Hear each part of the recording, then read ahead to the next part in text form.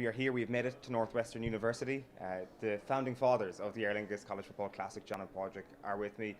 Guys, first of all, how good is it to be here, to be at Northwestern and to see these unbelievable facilities? We might start with yourself, John. Okay, yeah, obviously Northwestern is anybody's seen it this week. The facilities, the resources here, their global impact.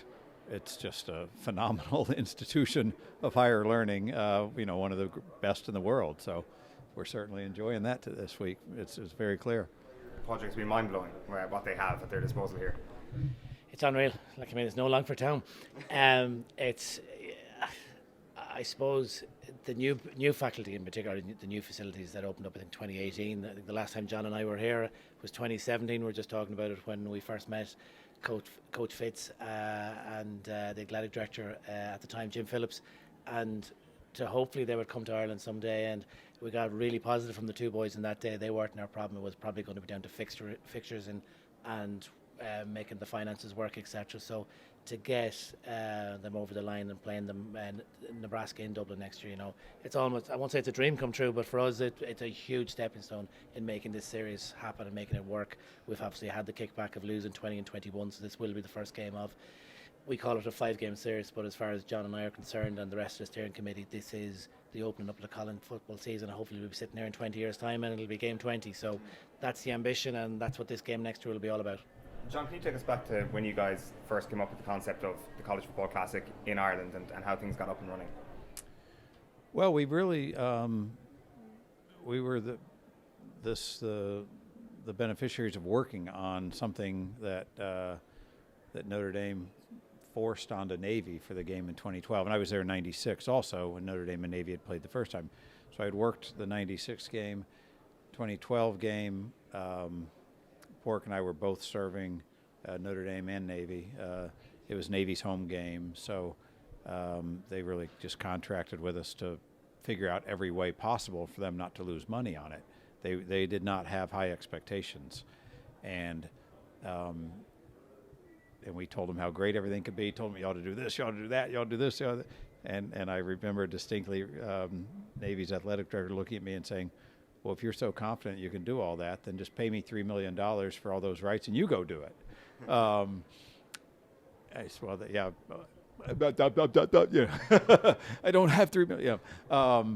But, everything worked, right? And so the 2012 opened up everyone's eyes to the success that college football could have in Dublin. So then as we went forward and we worked with Boston College, first we worked with Penn State and UCF in 2014 on the Croke Park Classic. And then when the 2016 game time was coming around, Boston College wanted to play, there was no one else that would step up and do it. The stadiums weren't able to get it together, and somebody needs to make these things happen. And that's when we were afraid it wasn't going to happen, and Port called me and says, we can do this ourselves.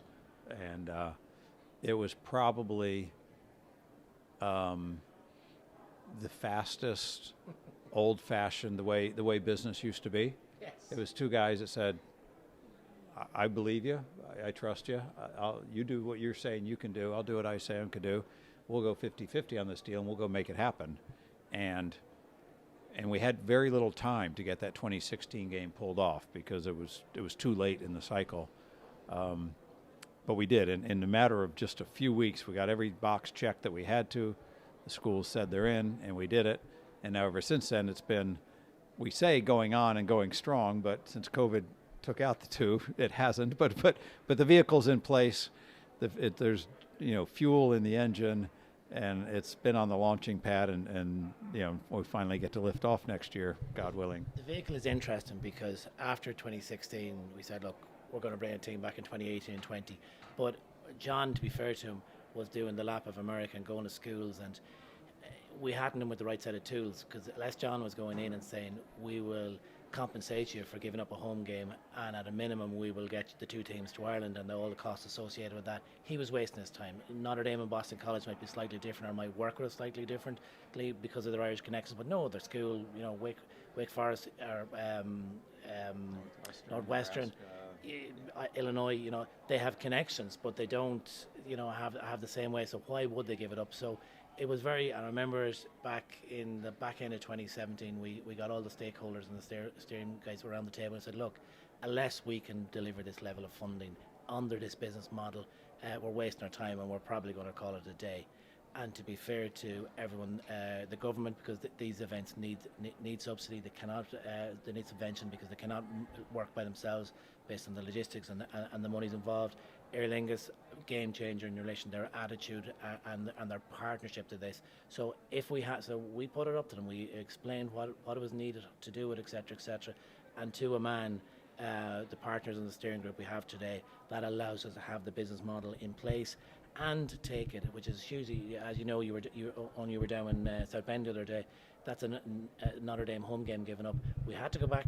It fell outside the business plan. So to be fair to John, he asked Notre Dame the straight question: what will it take to bring a home game to Dublin? Because the pressure was coming from Ireland. That game probably would have happened in 26 with Navy as a home game. Ireland wanted it earlier because this is a huge economic boost for Ireland next year. So we asked Notre Dame, what would it take? We got our figure and we went to work on it. And again, the partners came to the table. So that game next year, while it will deliver $147 million euros to the Irish economy, it did cost us a little bit more, not a whole lot more. The return on investment is just phenomenal what these games can give, etc. Providing we've people like what John and I do and our amazing team, our own teams for a start, but our stakeholders behind it. It's an amazing public-private partnership, and it works. And I strongly believe there's other major events and other sporting bodies could take a page out of what we do and how we've made this happen to get other major events into Ireland as part of a public-private partnership. When you talk about that next page, what about writing it yourself? What is next for this company and for the game itself over the next couple of years, Padraic?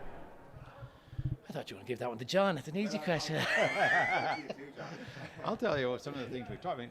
Obviously, our first goal is to build out the series and get the games scheduled, and we are working with some partners in the U.S.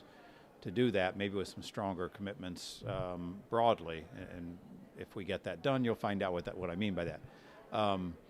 But we talk about it much more than a game. So right now, people who have been to this have seen that they'll be working backwards. Before the game, there's the tailgate parties that fill up the city before that.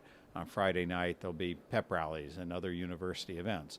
On Friday afternoon, we have the U.S.-Ireland CEO Club luncheon. On the day before, we've got the academic symposiums.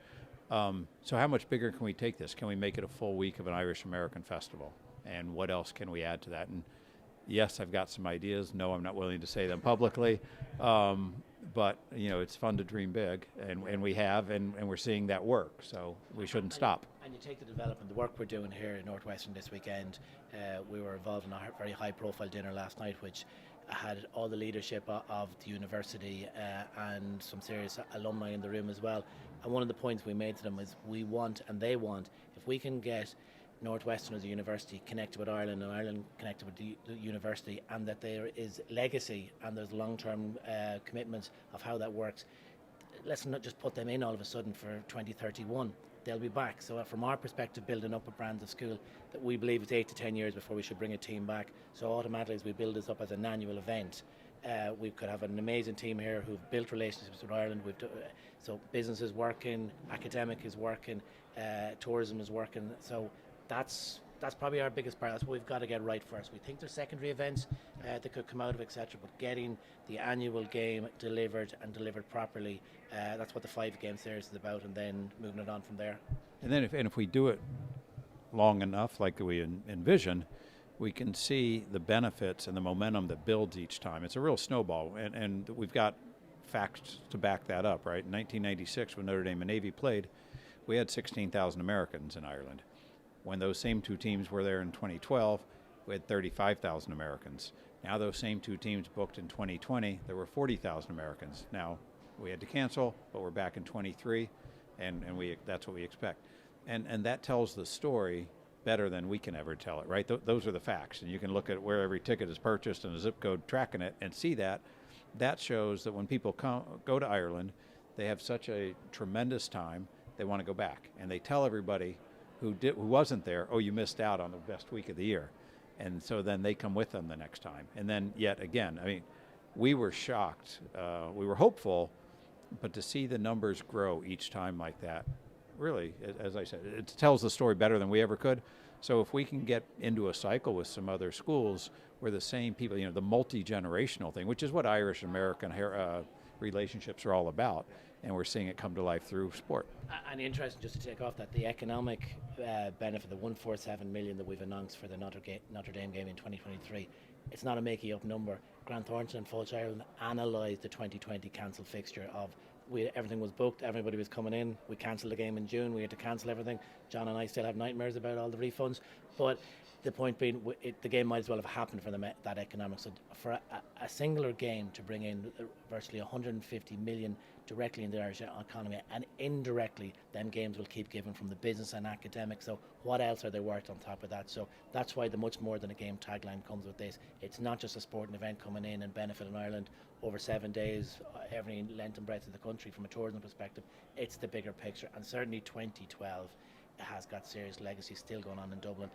A lot of them buildings that went up, and a lot of the funds that came to Dublin discovered Dublin when they were at the Notre Dame Navy in 2012.